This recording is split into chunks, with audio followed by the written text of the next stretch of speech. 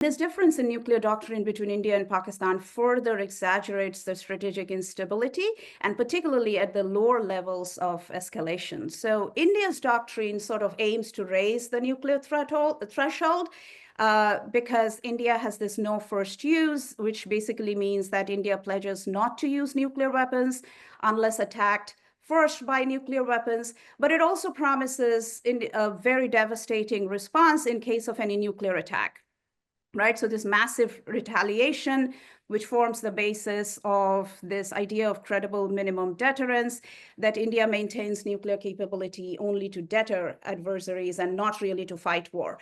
Pakistan, on the other hand, in addition to this reliance on the military elite, and the very tense civil-military relations, actually does not adopt the no first use policy, and it reserves the right to use nuclear weapons.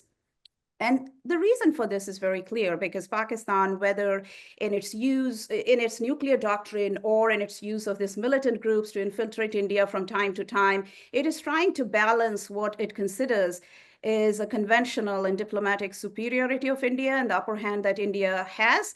And so that difference, so Pakistan's doctrine basically lowers the nuclear threshold. What incentives do these countries, and particularly the elites in Pakistan, have to use the nuclear weapons, which so far from the perspective of rational decision making seems like, in spite of all the ambitions and the domination of the military elite, there is no incentive for them to use a nuclear weapon, even though their doctrine allows for the first use. So, I mean, that's the hope in sanity that we all have, but that's also been the reason that everybody gets really nervous whenever there is a flare-up in the region. And one last thing I want to say is the risk of this is, when we hear that this has been going on for thousands of years, as in this has been going on forever, I think it also risks this sort of complacency with this, that this happens, these people fight, and then they make up again.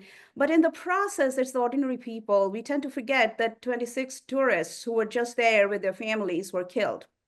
And every single time, it is ordinary people in both the countries, and particularly the civilians in Kashmir, that have suffered for the longest time in the most militarized zone of the world. So we cannot lose sight of that, even though we know that the nuclear weapons will probably never be, and hopefully never be, a real option.